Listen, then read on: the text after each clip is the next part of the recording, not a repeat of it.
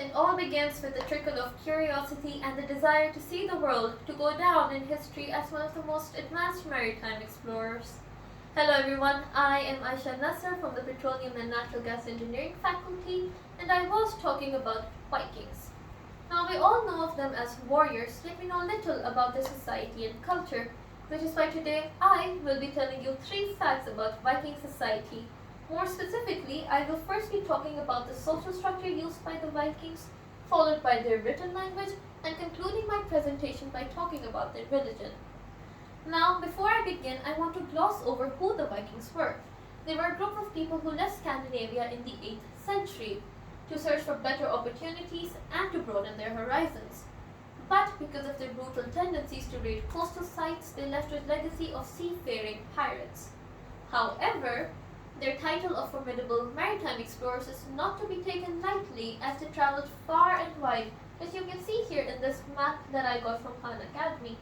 As a matter of fact, they were the first Europeans to visit the Americas, and they discovered and subsequently settled in Iceland and Greenland in the 9th and 10th century respectively.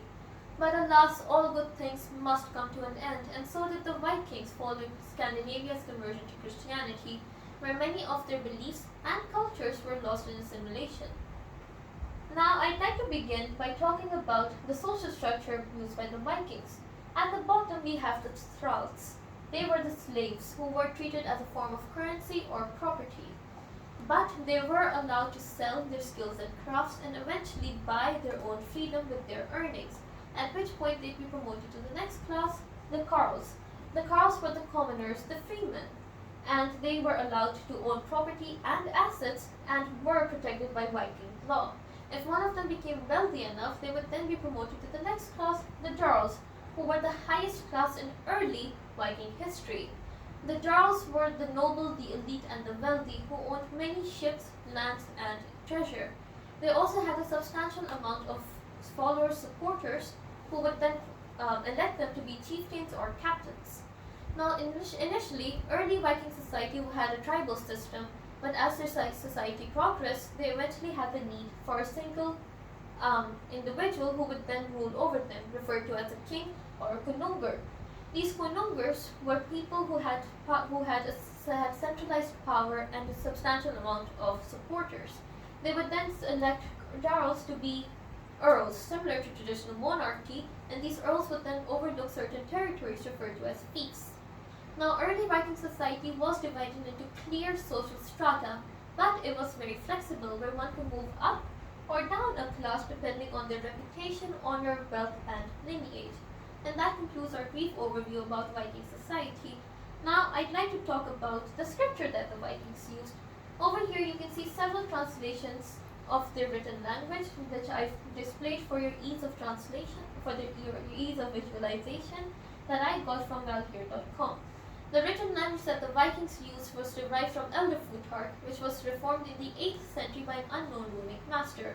This language was referred to as Younger Futhark, and it was considered to be more complex because it had 16 letters instead of 24. This language was also referred to as Danish or Rokroots, and all of it has been displayed here in this neat table that I got from the Viking room. This language, as I previously mentioned, was considered to be more complex than its predecessor, and that is because now that it had less letters, now each and every rune would have different meanings or multiple sounds. This language would be used, these runes would be carved into multiple mediums, such as pendants that you can see here in this image that I got from Sons of Vikings. They used these pendants or had different mediums because the Vikings believed that each rune had a metaphysical meaning, and they could be used to communicate with supernatural and divine beings. They believed that by carving it onto different mediums, they would carry this medium and use them for success, to ward off evil, or for protection. Also, Younger Futhark had a substantial amount of influence on the English language, the modern day language, as the letters T, F, O, and S are from this Younger Futhark. And that concludes our brief overview of their language. Moving on, I'd like to talk about their religion. The religions that the Vikings practiced was referred to as Norse paganism, or simply put, Old Norse. And most of what we know about this is from the two preserved preserved epics, the Eddas. According to the Eddas, all of Viking life, mortal, divine, supernatural, comes from the world tree, the Yggdrasil, which has been displayed here in this image I got from Einstein. According to the Vikings, we the mortals live in the Midgard, which is in the middle. And then there are 9 realms besides ours, which are held on to the Yggdrasil. Moving on, this religion was polytheistic, so its many gods have been categorized into 3 categories. The gods of kingship and order, the Aesir, those of nature and vanity, the Vanir, and the giant gods who have been here since the dawn of time, the Jotnar. Now the Aesir and the Jotnar have been in this battle, constant state of war since the beginning of time, since they first came into existence.